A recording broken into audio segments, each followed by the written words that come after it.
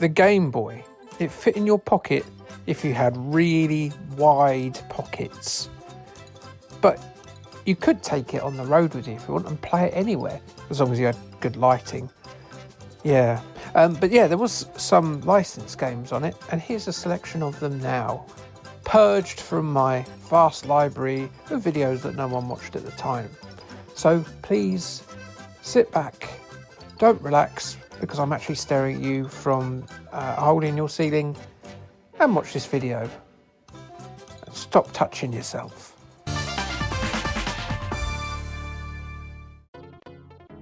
On to the Game Boy Color now, which had the lion's share of the E.T. game goodness. E.T. and the Cosmic Garden has you as E.T. doing his day job, looking after plants. This is the world building that Spielberg didn't give us, the hairy-chinned hack. You travel across 6 planets nurturing various rare plants for your spaceship's greenhouse by doing the usual plant tending stuff of watering, planting seeds and giving them a healthy chunk of manure on their roots. Now, as E.T. is nude and has no bag with him, I guess we have our first Game Boy Color E.T. shitting simulator. You also have to protect the plants from critters like giant space wasps, and even worse, this huge well-drawn slug, which the help menu describes as your friend. A friend. I tell you what, a friend wouldn't do this. Anyway, it's a light edutainment title for kids about responsibility, which is a bit more fun for nippers than looking after an actual plant, but not by that much. Escape from Earth is quietly a bit of a corker. Once again, set during the events of the movie, E.T. and Elliot have to cycle between 10 environments around Elliot's hometown looking for transmitter parts, so E.T. can get home and not have his stomach open on a cold slab in Area 51. Riding over the dots enters a series of Chips Challenge style puzzle games where using a combination of Elliot and E.T. is the key to success. In the early stages of the game, for example, you may solve a conundrum on how to grab a piece of the transmitter by positioning Elliot in a particular place to stop E.T. from careering past the access point on this slippery ice. Powers can be collected to help E.T. get the singular solution to an issue, and it's a real mind bender at times. As an E.T. license, it's not a brilliant use of the material in terms of being a close license, but it is a really good Chips Challenge style puzzler, and it's probably the best game on this list by quite a distance. It's worth a go. E.T. the Digital Companion was definitely the game I was most looking forward to seeing because it was the most intriguing. What could it be? My thoughts before playing it were that it might be a Tamagotchi style affair, which it sort of is. Or it might be a game that gives you trivia about the movie, or it might let you play out cool scenes from the movie, again, which it sort of does. But when I did boot it up, E.T. became a very intrusive alien. Ridiculously so. It was a slew of menu screens wanting to know absolutely everything about me. Where I live, my date of birth, what foods I like, my pet's name. I was half expecting to log on to my bank's website and be told that I bought a dildo and an iPad in a shop on Broder Asogi. I thought the little bugger was trying to hack me and steal my personal information. So what's this all about then? Well, it turns out it's not actually a game at all. It's a personal organiser for 8-year-olds. A filofax for the busy 6-year-old on the go. Somewhere for a 7-year-old to keep all his important Pokemon trading card business contacts. Why does this exist? There are games on here, don't get me wrong. There's an Excite Bike style cycling game which has you dodging obstacles and trying to beat your times.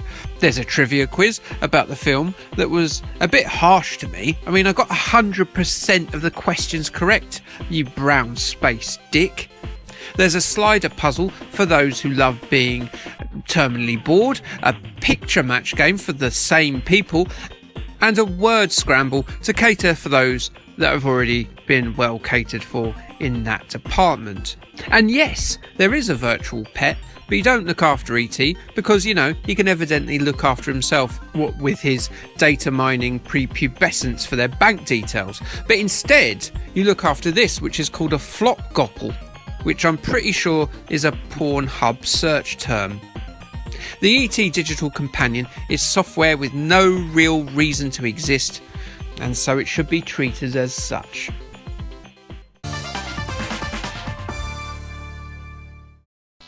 The more time I spend with the libraries of Nintendo's handhelds, the more my mind repeats this phrase. They made a game about this, really? It's almost as bad as the Spectrum.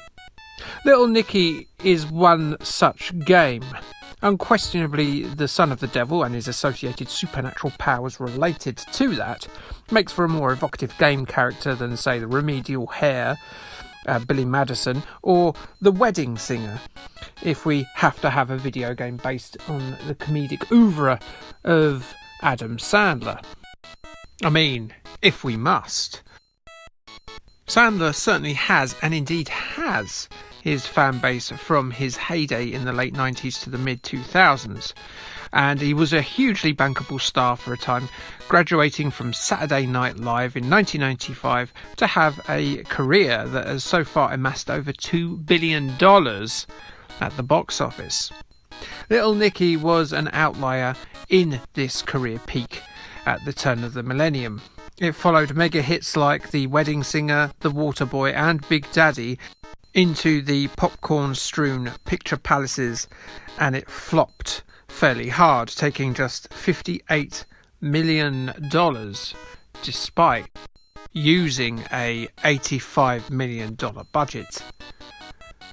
That stuff don't add up, mama. The storyline of Little Nicky surrounds Harvey Keitel's Satan needing to find a successor to run the family business of torturing folk in hell. But he then decides that none of his three sons, Cassius, Adrian and Nicky, are good enough to replace him after his 10,000-year stint as the Prince of Darkness, which angers Cassius and Adrian so much that they decide to create their own version of hell in New York. Satan can't be having that, especially as he starts to deteriorate quite rapidly. So he sends his speech impediment suffering slack-jawed other son, Nicky, to the Earth realm with the aim of capturing his brothers in a silver flask. On the way to his demon-gathering goal, he meets a talking dog called Mr. Beefy, and he falls in love with a fashion designer called Valerie. Little Nicky had a stellar cast of stars that really showed how much of a box office pull Sandler was becoming at that point. Quentin Tarantino, Harvey Keitel, Ozzy Osbourne, Reese Witherspoon, Patricia Arquette and Rodney Dangerfield all show up. But despite the famous names on display, Little Nicky took a critical panning, gaining a lowly 22% freshness rating on Rotten Tomatoes. And it also garnered 5 nominations at the 21st Golden Raspberry Awards. Fortunately for Little Nicky, 2000 was also the year that Battlefield Earth came out, and the Xeno-fueled Travolsty, there's a word I've just made up, managed to get all of the awards in all the categories that Little Nicky and it were in. Lucky escape there, Adam. With critics lambasting Sandler for his acting and the jokes being declared as dumb and tasteless, Little Nicky was a misstep by the golden goose of the turn of the millennium goofball comedy. But it still has its fans, as Sandler has some very loyal followers who hang off his every pratfall. Everyone has their mileage with Sandler. Little Nicky the game was developed by Digital Eclipse and published by Ubisoft exclusively on the Game Boy Color a few months after the movie's release in the year 2000, which is over 20 years ago now. Christ. The game was a 14-level platformer, with a handful of mini-games thrown in for good measure. The Game Boy Color was largely a console for younger gamers, so to see a video game on it start with an intro where a perverted John Lovitz dies after coming a cropper while spying on a disrobing mother was an eye-opener, particularly as the intro uses the game's cutesy cartoon graphic interpretations of its cast. It's a game drenched in all manner of body fluids that swill around sexual innuendo and toilet humour, and so regular viewers of this channel will probably suspect that I quite enjoy this game. They'll assume it's right up my street. Well, I know I'm called Jay's Manchild, but that's not necessarily true, is it? And yes, okay, that kind of is my sense of humour at times. And well, little Nicky on the Game Boy Color, well, it's alright. A lot of the time when comedy licenses are released, Little Britain, you get substandard mini-games littered with stock comedic phrases that wear out 3 seconds into play, and the play is usually terrible. With Little Nicky, the mini-games are there and they're accessible from the outset, but they are just the icing on the platforming cake. The platforming sponge itself, it's sort of a better tier Euro platformer standard, as Nicky runs left to right and sometimes vertically, collecting items and using spells to aid in his progress. The Game Boy Color, for how limited it is working overtime here. The graphics aren't too bad at all, and the sound clips and music make the most of the hardware. Sometimes not so great, sometimes okay. What seems like it should be the most phoned-in license of a property possible actually has some real attention thrown at it. One of the mini-games even makes use of the Game Boy printer, of all things. Can you imagine? I've even forgotten that existed, the Game Boy printer. But more on that later anyway. For a game mode featuring Sandler avoiding enemies like crippled veterans, urinating thugs and trans people, wave your 2000s comedy pass there as much as you can, Sandler. Woof! It's a comprehensive package, especially on soon-to-be usurped hardware like the Game Boy Color. With that, it has some fairly glaring, huge issues. Nicky has to constantly seek sources of heat, just like the movie, to keep himself active, because it's a might bit cooler than the sulphuric pits of the realms of the damned in New York. You'll need a source of fire or heat to sprint, or you won't make certain jumps or be able to cast spells. This is fine of itself, but it's ultimately let down by poor hit detection and some woefully eel-slick slippery jumping mechanics. You'll have to go to that heat source a lot, and it becomes very frustrating. Nicky will take damage when he shouldn't, and he'll skid off ledges when he shouldn't as well. With a platform game, you have to get these sort of things right, or it'll suffer. The fundamentals for any platform game are the control of the platforming, and they're just not quite there, I'm afraid. And it doesn't matter how good a package it is and how surprising it is that they've put this much effort into a little Nicky game on the Game Boy Color. If the fundamentals aren't there, then the game ultimately suffers outright.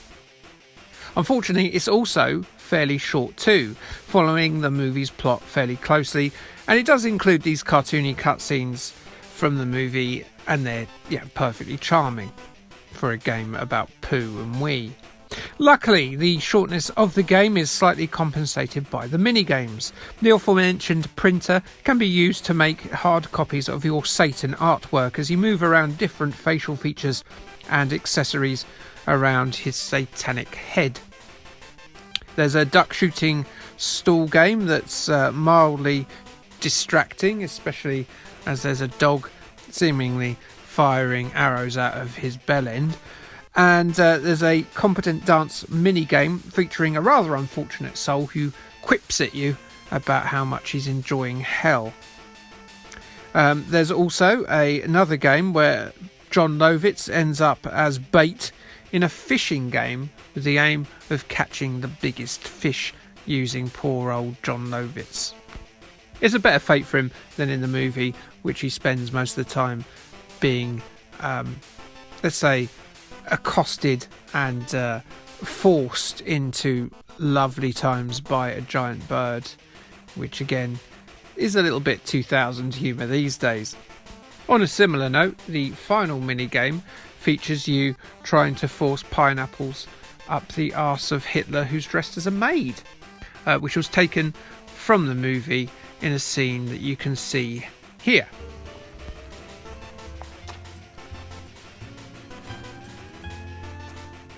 Is this a sequel to Downfall? So all in all, Little Nicky is a good effort, but the devil's in the detail, and the detail, it isn't great. The slippery controls and dodgy collision detection are BLZ bollocks. The press were mixed too. GameSpot ranked it as a 4 out of 10, saying that the game would have been great if only it were playable. IGN gave it a solid 8 out of 10, saying you didn't have to be a Sandler fan to appreciate the effort that has gone into this title. Even Kiddy's favourite, Nintendo Power, gave the Little Nicky game a brief write-up and went on and slapped a number 6 on it in terms of quality, which is slap bang in the middle. And my word, if your mum found that, if you were a 12-year-old and she saw Little Nicky in there, she probably wouldn't notice, actually. Should you play Little Nicky then? Maybe, but you're probably best off by retiring from it and just sticking to Netflix for the afternoon. Pretty much like Adam Sandler does these days then.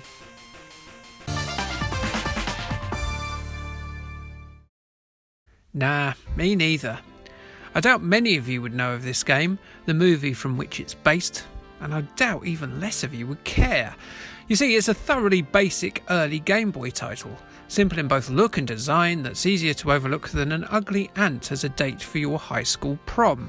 So just what is the source material for Tasmanian Story? I mean, it's got nothing to do with New Zealand Story, no. There's no fat yellow kiwis here to be found, and you won't be zapping bears on balloons or exploring the innards of a frozen whale.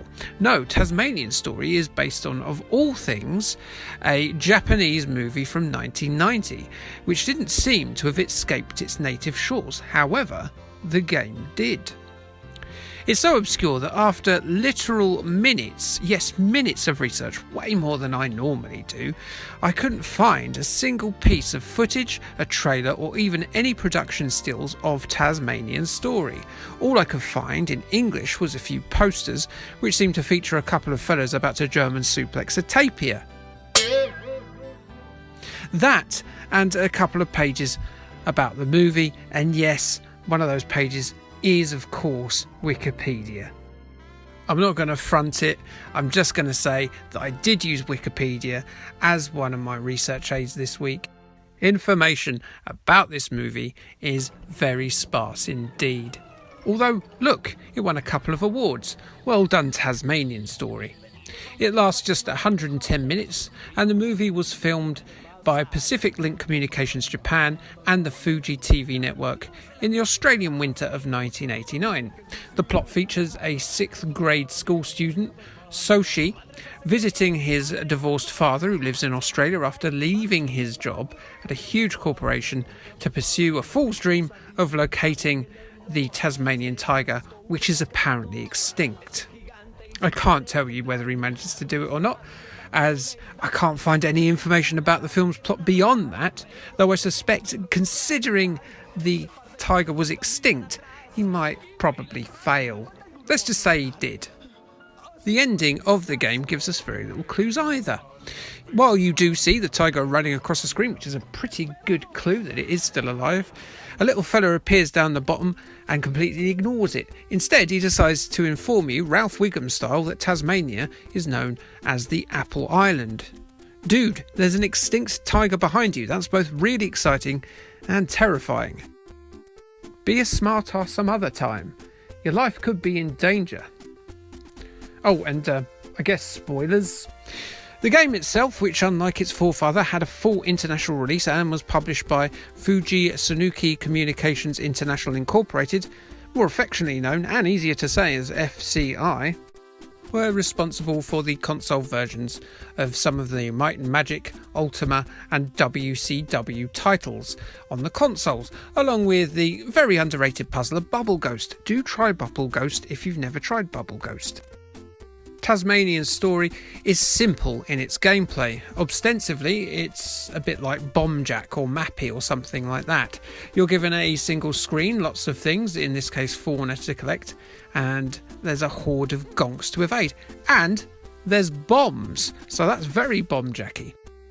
And what you can do with them is you can fart them out of your chuff to blow up your pursuers. Not literally, he doesn't actually fart them out. I'm going for the crassest answer. It's how this channel works. You lay the bomb egg by pressing the game's singular action button. Because yes, there is no jump function at all, which plays into the gameplay quite enormously. You have to plan your moves carefully, else you'll end up trapped and murdered in your platformed oceanic expanse.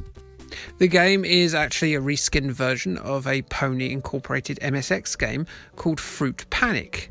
The attack methods, the screen layout and the gameplay is very similar. It's not hard to see the similarities unless you're as blind as an Australian flying fox. I have no idea whether Australian flying foxes are blind, but because they're a bit battish, I've gone for that. If enemies are stunned in a certain way, according to the level intro screen's description, a random Antipodean beast will appear for you to scoop up. Do not pick up that koala, it'll give you chlamydia.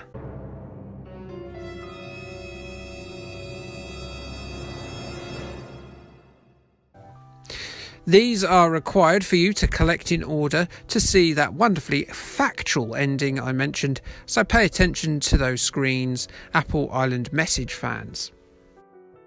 And really, that's all there is to say about this game. It's that simple. It's just 10 levels of, well, this. It's one of those little punchy Game Boy titles that we felt at the beginning was how handheld titles should be. Short and punchy for small bus adventures. And then, we played stuff on the Game Boy Advance and the DS and the PSP and saw they could be a bit more than that. And, well, there's not a lot of reviews, film footage or anything really to talk about beyond what I've already talked about. The game is simpler than a woodlouse wandering aimlessly in a dog turd. And I'm not 100% certain that I can see myself playing it again. It's frustrating to play, it's extremely limited and, well, it's a bit boring. Not even a speed setting can make much difference to the enjoyment factor. So that's Tasmanian Story, a game I'll never play again, I've never heard of before, based on a movie I'll never see, and I've never heard of, based on an island off of a country I'll never visit, because, well, I'll just get stung, bitten or punched by one of the wildlife there, because everyone knows every animal in Australia is dangerous. Disney's dominance in hand-drawn animated feature films is unquestionable.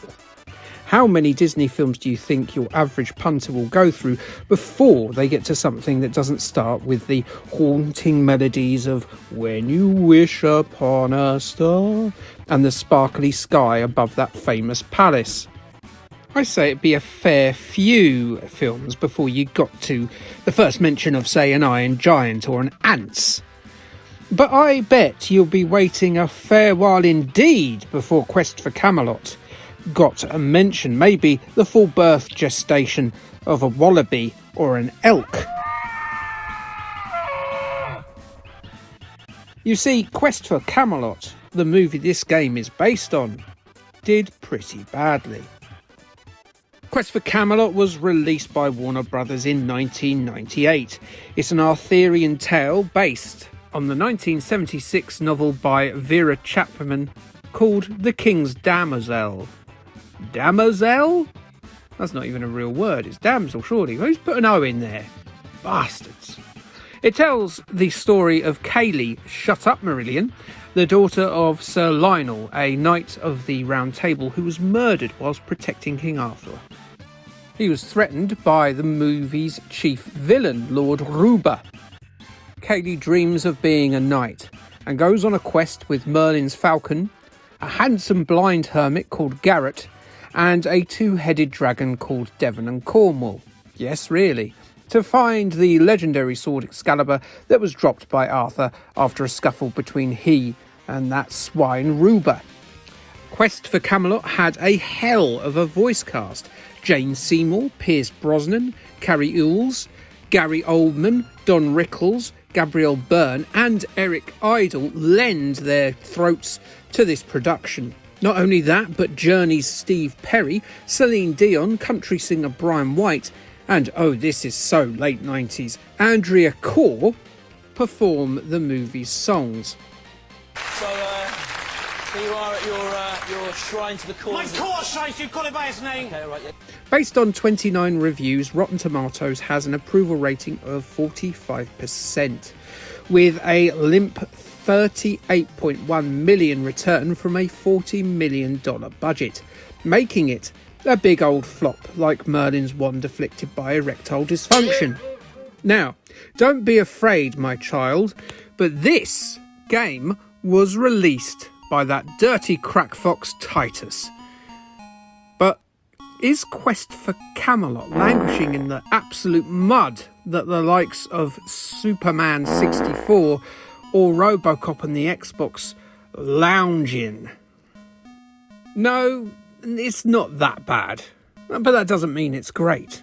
Quest for Camelot is an action-adventure viewed from the same perspective as The Legend of Zelda, and it's very clear it is here where the title gets its influence. You're placed in the medieval boots of Kaylee as she looks to fulfill her destiny and become a knight of the Round Table. And she's got some vengeance on her mind too, thanks to that skeleted turd that murdered her papa. She scurries about multiple environments, split into stages, doing tasks for various peasants and fellas about town in order to get new equipment to move to the next level. The structure of the game is very linear when it comes to its gameplay. Not only does the stage-based structure command you to find various animals or objects or kill enemies on the very small maps, but also they can only be completed in a set order too. So while it looks and plays a bit like a Gameboy Zelda, say, it doesn't really do it very well. Additionally, equipment like the shield are rarely used, and moves such as the spin attack are particularly useless.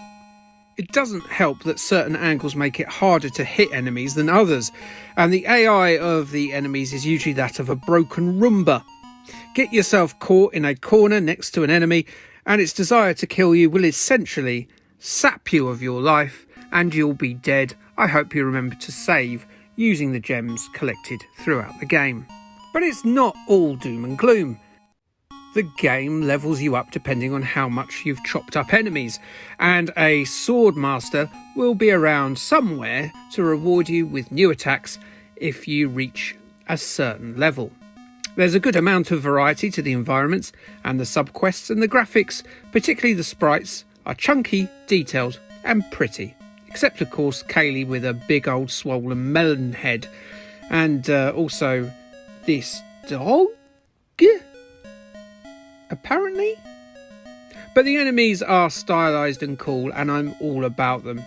The music too, whilst jaunty, can be a bit short, and it won't be long until you do that thing where you start making lyrics to them, like all those bad earworms of your 8-bit past. You know you had lyrics to Super Mario 3 and Robocod, we all did. Quest for Camelot is not a game that will shift Link's Awakening DX out of your Game Boy Color slot, and nor should it. But if you do like that kind of action-adventure, you might get a smidgen of enjoyment out of Quest for Camelot. Nintendo Power gave it a 74% in their December 1998 edition.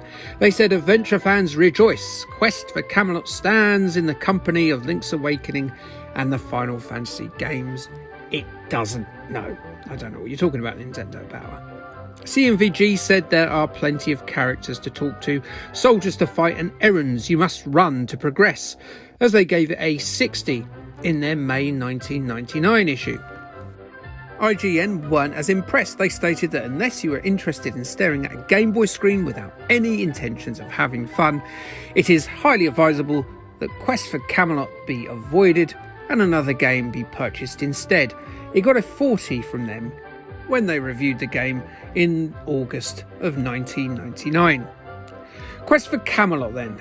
It's are the fun of Zelda, so cast aside any malingering doubts and play that instead, especially if you game a lot.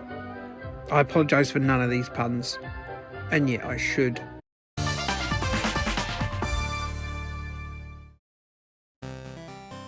If you could turn into any animal, which animal would you turn into? Go on, you can pick. You can pick from an entire bestiary, any animal in the world, any old beast. Me, I'd choose a sea cucumber. Not really, why would I? A bloody sea cucumber? Are you insane? Give over. I'd be an eagle or some sort of fancy goat or one of those tiny dogs that live in a shallow girl's handbag. And as you know, I'm sort of an expert in morphing into animals. Look at me at Halloween. But yes, if you're still thinking about which animal you'd like to be, can I suggest playing Ubisoft's Animorphs, a game on the Game Boy Color? That may give you some inspiration. But before we get to the video game, let's take a look at its origins in the world of literature and indeed television. Animorphs was a collection of 60 plus books that came out between 1996 and 2001. They were penned by husband and wife team Catherine Applegate and Michael Grant. They wrote together under the pseudonym of K.A. Applegate, meaning Michael was decidedly shortchanged when it came to the names. The books are almost legendary, by the way, for this wonderfully cheesy cover art. The book series was turned into a TV series in 1998 and shown on Nickelodeon in the States and by the BBC in the UK.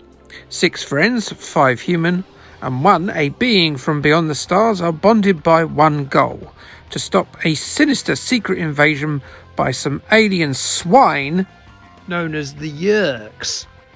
The teens have obtained an ability to help them fight the infiltrating Wazooks, that being the ability to turn into any animal they touch.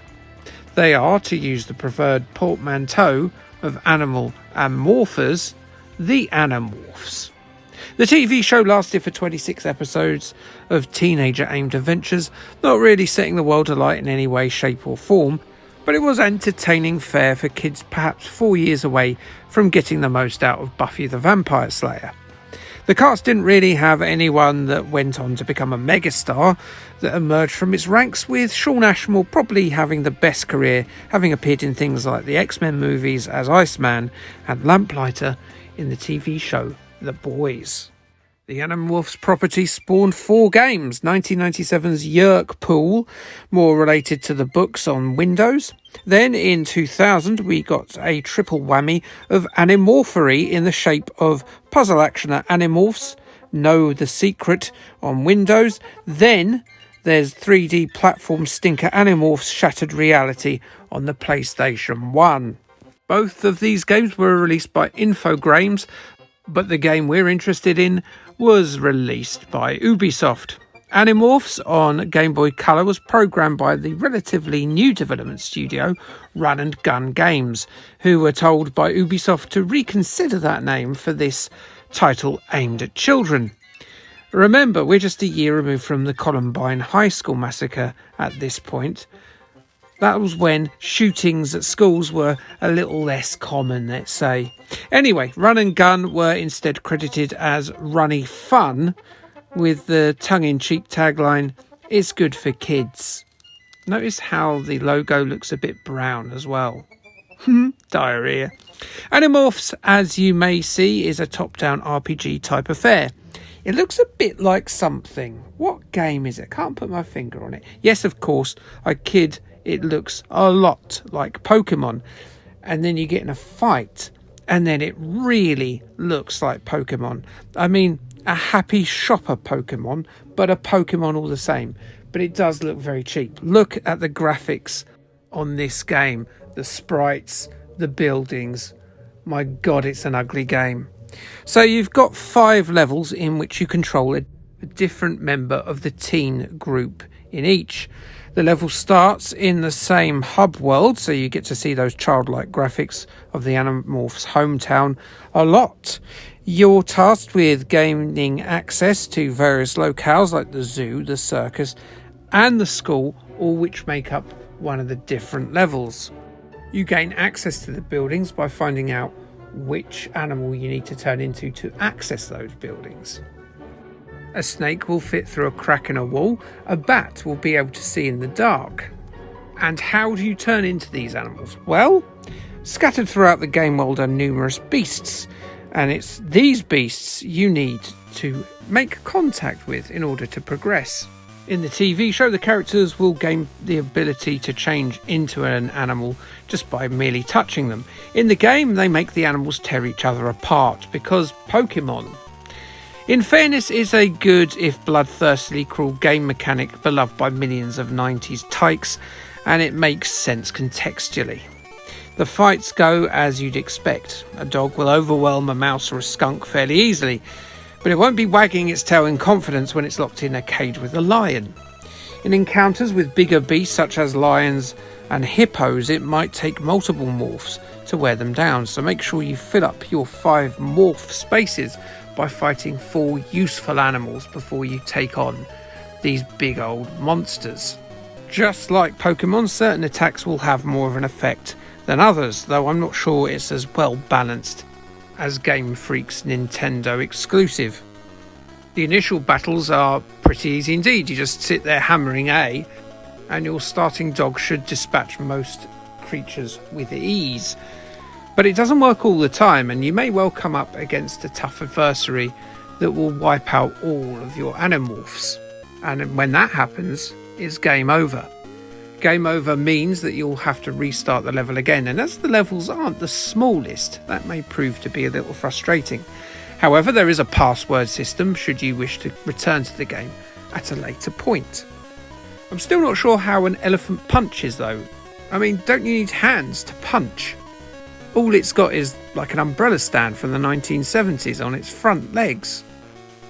But be warned, the Yerks aren't just sitting around waiting for you to scupper their plans for world domination, so they've dispatched a horde of ugly bug aliens to cause you all kinds of grief too. These are tougher enemies than most of the creatures you'll fight in the game, and you won't be able to morph into them when you beat them either, because I'm guessing a teenage girl doesn't want to look like a tardigrade penis. Another way to get a game over is to change from a creature back to your human form in front of characters walking around the game world, because then they'll know you have the ability to lick your own bumhole at will, and that you probably have. The shame. Every now and again you'll get a bit of variety in the form of a side-scrolling level where you'll control a varmint of the sea, land or air in an escapade of furtherment. So don't go thinking it's just top-down cockfighting all the time. These sections play pretty much as you'd expect. Pretty average. Animorphs, despite its unbalanced nature and unfinished looking presentation, is at least reasonably compelling to return to, and you might well get into it depending on your mileage with decidedly B-Tech level Pokemon rip-offs. It's a decent challenge at least. To summarise, and I'm hitting the animal puns now, whale, whale, whale. I'd be lying if I said it wasp excellent, but it's not poor or clawful.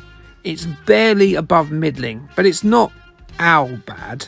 I must be giraffing you crazy with some of the sealiest puns you've ever heard, so rather than stretching this trout any more awkwardly, let's see what some of the Cayman press thought about Animorphs before we get outta here, and maybe you can let me know what you mink in the comments below. Below? Sorry, I'm a bit hoarse after these puns. Yes, that's that done. We're done with that now. Total Gameboy gave it a 60% in their issue 14, and their conclusive write-up is surely designed to get Super Nintendo angry, or at least angrier than those puns probably made him. Sorry folks, it's rubbish, they said. No, it's rubbish if it's below 40. Why did you give it 60 if you think it's rubbish? Wallies. IGN were at least consistent with their 3 out of 10 in November 2000. There are some side-scrolling mini-levels, they say, but they're short-lived and limited. Then it's back to the rip-off. Ow, that wasn't very nice. So I've got a little confession to make. Don't worry, I'm not going to be emitting anything Russell Brandy. That's for my lawyers to figure out. Basically, I had an unwritten rule that I wouldn't cover any TV shows in this series that I hadn't covered already in either this or the ZX Spectrum games based on TV show series that I finished after 4 years last year. You see, I didn't want to cover old ground like a rutting bull looking for a mate. And, well, looky here, it's the Addams Family. Now, if you've been with me for a while, I first covered the Addams Family in 2021 in the Halloween special, which started out with this scene. Why don't you watch that video while I carry on huffing Dalmatian piss? Oh, that's delicious! But technically, you see, this isn't the same show. It's a remake. And there's a bit more of the story to tell about the Addams Family. But before we go any further, let me just lazily stick in 2021's facts that I made on the Addams Family video before we bring you up to speed with all this newfangled Addams Family show that isn't either as new or as fangled, what is fangled, as Wednesday on Netflix, nor as successful. Anyways, here's the Addams Family and what they're all about. The Addams Family originally emerged from their tomb as far back as 1938 in cartoons penned by their namesake Charles Addams, which were sporadically featured in a weekly periodical called The New Yorker. The Addams were depicted as a twisted version of the American Dream, a wealthy family who take great joy in the spooky, with no idea that normal people find them horrendously scary. The original family from 1938 featured Father Gomez, Mother Morticia, children Wednesday and Pugsley, Uncle Fester, Butler Lurch and Grandmama, along with a character we haven't really seen since, Wednesday's pet octopus Aristotle, presumably because it was hard and expensive to feature an octopus in a 1960s television show. The living hand Thing came along in the 1950s, with the hairy cousin It following in the 1960s. The first TV show featuring this gothic crew debuted in 1964, a half-hour sitcom that ran for 64 episodes and introduced the famous theme tune. Bum. It was shown in the UK by numerous channels over the decades, originally ITV in the 60s, Channel 4 in the 80s, Sky 1 in the early 90s and BBC 2 in the mid-90s. You can still find it on some of the more obscure digital channels if you look hard enough. Go on, Nick, go on. There was a, I suppose apropos, 1972 Scooby-Doo crossover, which featured a lot of the original cast reprising their roles, but using their mouths and not their bodies. A cartoon series followed that was produced by Hanna-Barbera, and that followed in 1973 and featured none other than an 11-year-old Jodie Foster as the voice of Pugsley. Yes, Pugsley, not Wednesday. Hello there, Jodie. Did you enjoy that? I enjoyed it because it meant less work. Thanks 2021 J is Manchild. So what's this then? The new Addams Family series show that has given its Game Boy Color games such an unwieldy moniker. So the new Addams Family was a US-Canadian collaboration commissioned by Fox. It came out in 1998 and the UK viewers may remember it from CITV, where it was shown on the weekends. RIP CITV. It was produced by two companies, Shavik in Canada and the Saban Entertainment Company in the States. Yes, the Saban of Go-Go Power Rangers, You Mighty Morphin Power Rangers. No, I haven't covered them yet. Maybe they'll be soon. The show itself was a revival based on the success of the movie franchise at the turn of the decade.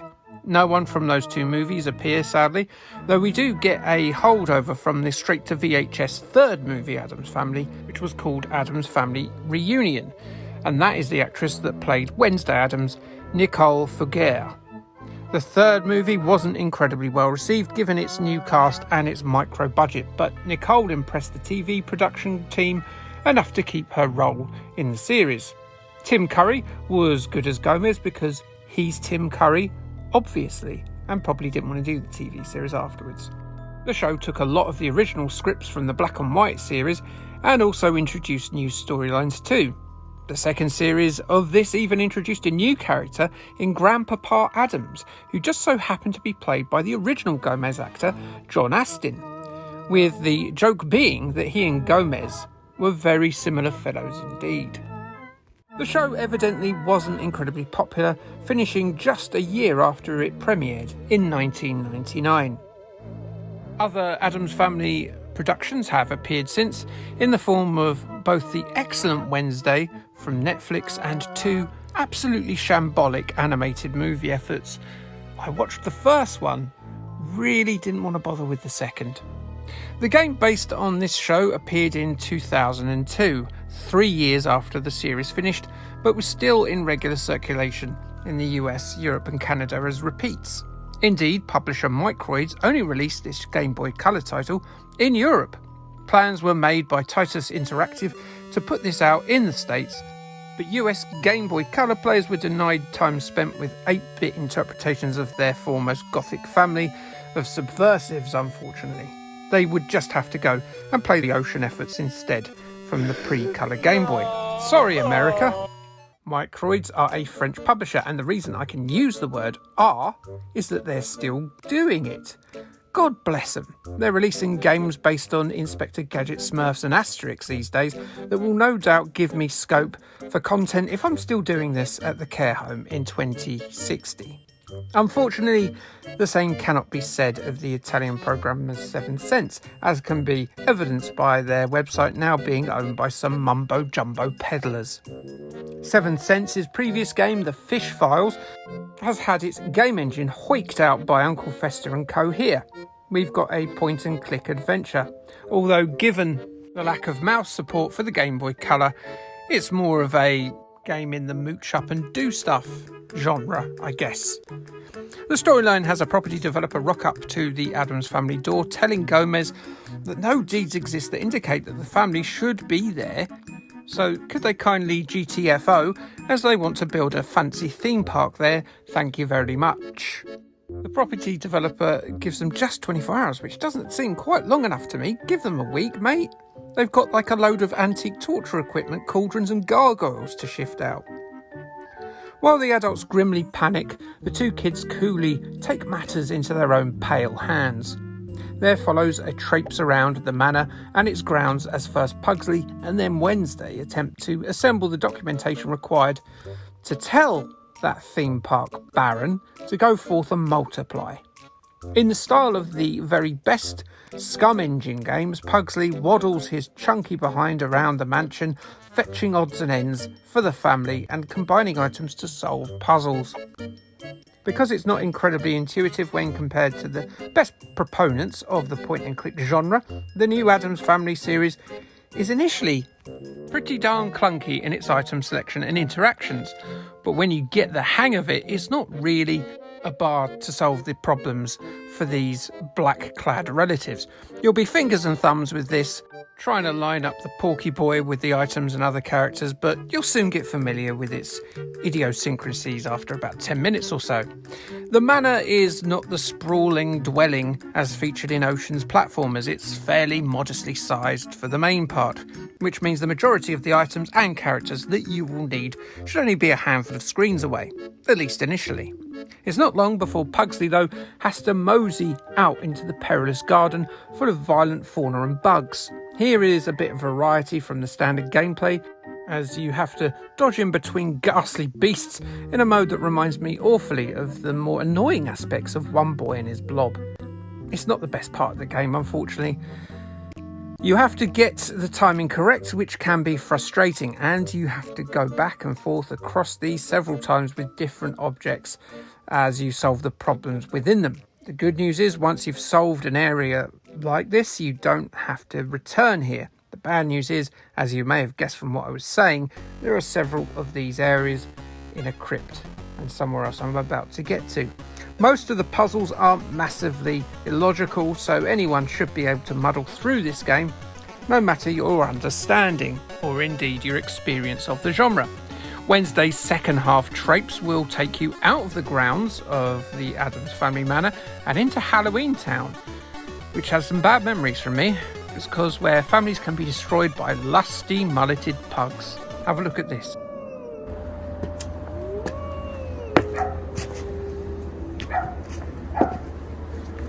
Well, hi there, Mary Sue. Hey. I hear you're headed off to England soon. Yeah, what's it to you? But I was kind of thinking I might miss you,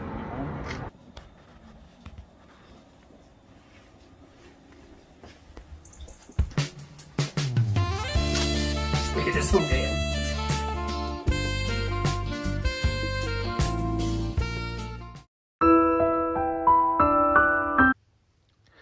But even with this out-of-house escapade, it's not a huge game at all. I can certainly see you having to return to your save game 2 or 3 times before you finish it, even if you're not using a video guide like this cheating scum boy did right here. Graphically, it's pretty charming, with dull greys, blues and blacks that are in keeping with the feel of the franchise. But it could literally look like any Addams Family series or movie. There's really nothing here that makes me think that it looks like anything from the late 90s version of the show at all. Worse still, there's no theme tune. There's a vague sound alike, very vague indeed, but this makes it feel very little in its approach to the license, despite the fact they've got the license. You're not controlling Thursday or French Bulldogsley here. It's not the Addams Family. Despite this, I think there's a certain charm to the interpretation, and though it struggles with the comedic aspects of the series, that's potentially because it's a Franco-Italian production, and it's not their first language, is it? So yes, it's not spooktacular, but it'll grab you by the ghoulies for a little bit. A competent small-scale adventure game on hardware it's not really suited for. I can't give you a review from the time, so let's see what Cousin It says instead.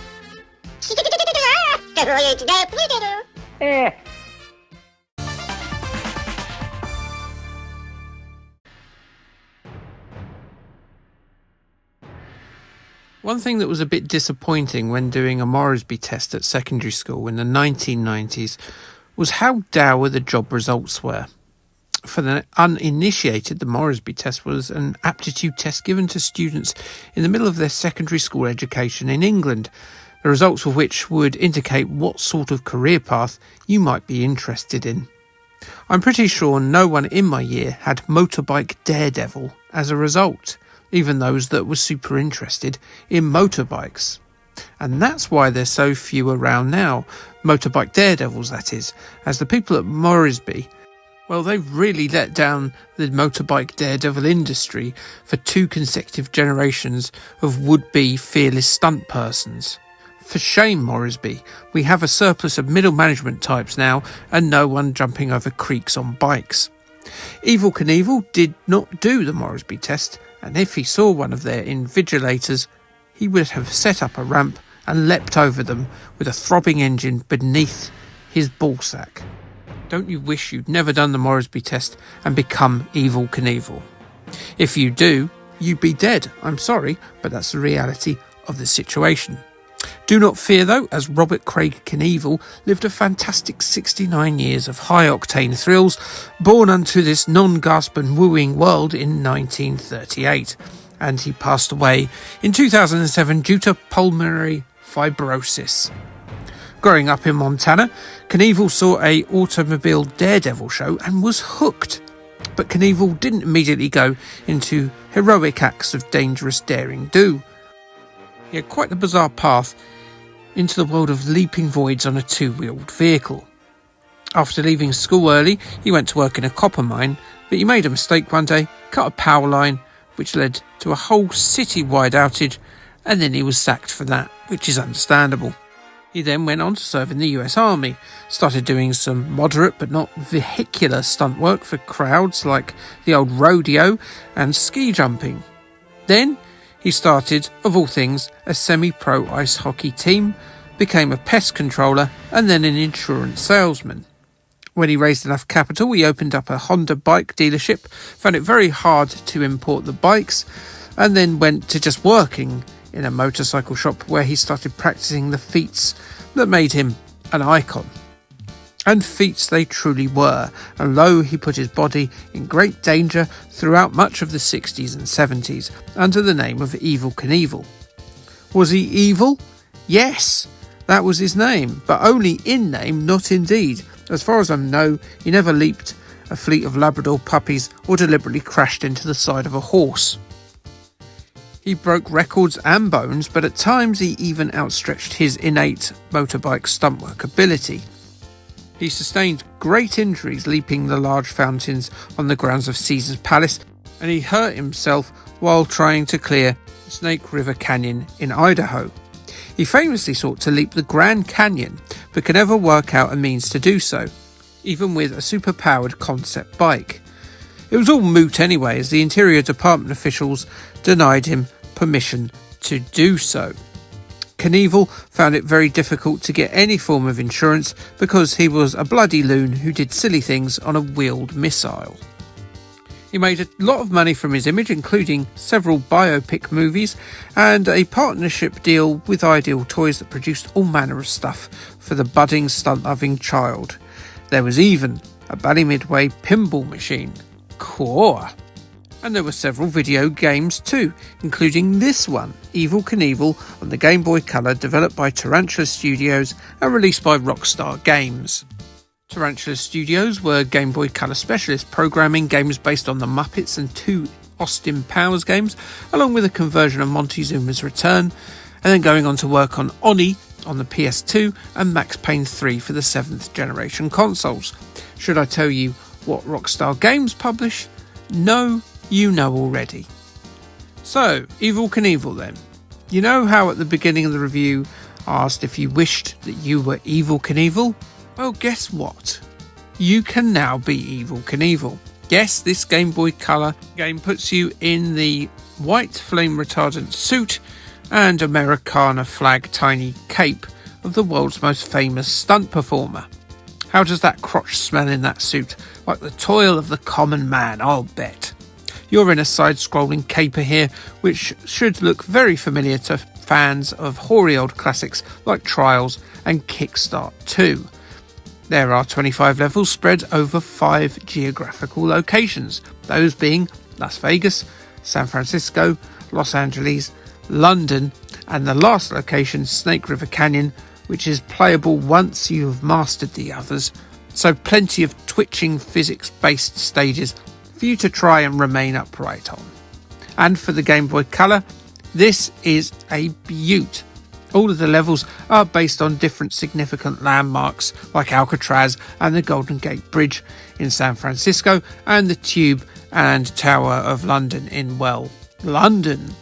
It is a cracking looking Game Boy Color game, that's for sure. But these tourist attractions won't be getting a lot of viewing, particularly during the early part of your play, as you'll be seeing a lot more of this screen in particular. Poor old Evel Knievel splayed on the dirt like he's had 50 bottles of hooch. More on this later. Once you've finished the 4 levels playable at each location, you get to use the money you've earned during these preliminary stunt sections to snazzify an event called the Grand Finale for each area. This is where the evil one can earn big bucks by doing the big leaps that he's made famous for. These bits are the most reminiscent of that Eddie Kidd game that I played on the 8-bits last year. They're mostly based on the leaps Evel Knievel did in real life, like Caesar's Palace or the Snake River Canyon. You can make Evel Knievel more points or money by not only filling the stadium up with things like cheerleaders and fireworks, but also by making the leap more dangerous and longer. Can you go the distance and, more importantly, stick that landing? A lot rides on this Evel, you better get it right. But most of the meat of the game is made up in these sections that involve platforms and staying on your bike. You can tweak the settings before you start any of these, adjusting things like your speed, your ability to flip, and how strong your brake is. Adjusting these may help you clear a difficult section and may be more catered to how you would like to do your little runs on these stages. This game does so much right, from the presentation to those end of stage leaps, that I almost feel bad for saying this. There are decisions made in the making of this game that made it far worse than it should be. It is so difficult. Now, Trials is difficult, but Trials is brilliant, and fundamentally they're very similar games. So what's the difference here? Well, a few things. In Trials, when you crash, you restart at a checkpoint, whereas in Evel Knievel, you will start at the beginning of the stage. Additionally, both your rider and your bike have energy bars. Well, the bike has a fuel bar, and you can cause both damage when you have a mishap. Once you've damaged 5 bikes or your character, your game is done, and Evel Knievel has a habit of unfortunately banging his head on overhanging objects. If only those overhanging objects didn't cause you damage at all, this game could have been a lot more fun. So you've got limited lives, limited energy for both your character and the bike, and no checkpoints. It's too much, it really is too much. And it makes you ride more and more risk averse and try to take the courses on very slowly where you can. That's not very Evel Knievel-y, is it? Add into that the controls, where they are a little on the wrong side of twitchy, and you've got a game that soared into the air really well initially and then completely failed to stick the landing, broke its leg in front of hundreds of people, and my god, should it be embarrassed? Yes, it should. CMVG weren't massively impressed with the King of Flying Motorbikes handheld venture. They asked us, was it worth playing, rhetorically, before replying to itself, yes, despite the controls, Evel Knievel is quite engaging to play. The lure of big jumps drags you in, but the fact is, it's not much fun to play. They gave it 2 stars out of 5 in issue 219. IGN were extremely unimpressed by the wheelie performing gentleman and his airborne antics. They wanted to perform violence upon the person for greenlighting Evel Knievel at Rockstar. Did this game get any playtesting, they quizzed. Surely there must have been a few folk that might have mentioned the sheer impossible nature of the gameplay. If the designers gave a little leeway to the collision of your rider's head, this game could have been a lot more fun. But as it stands, a great looking game is not good if you can't play it. A mere 2 out of 10 from them when they reviewed it back in December 1999. Thanks for indulging me and my selection of old videos there. I hope you got something out of it, such as, well, there was a lot of ET games, or blimey, Evel Knievel had a game, whatever next. But yeah, thank you for watching that, and there's still a couple more compilations I'm going to do before I take a break from these, so I will see you next week if you only watch compilations. There's other stuff you can watch. Be nice.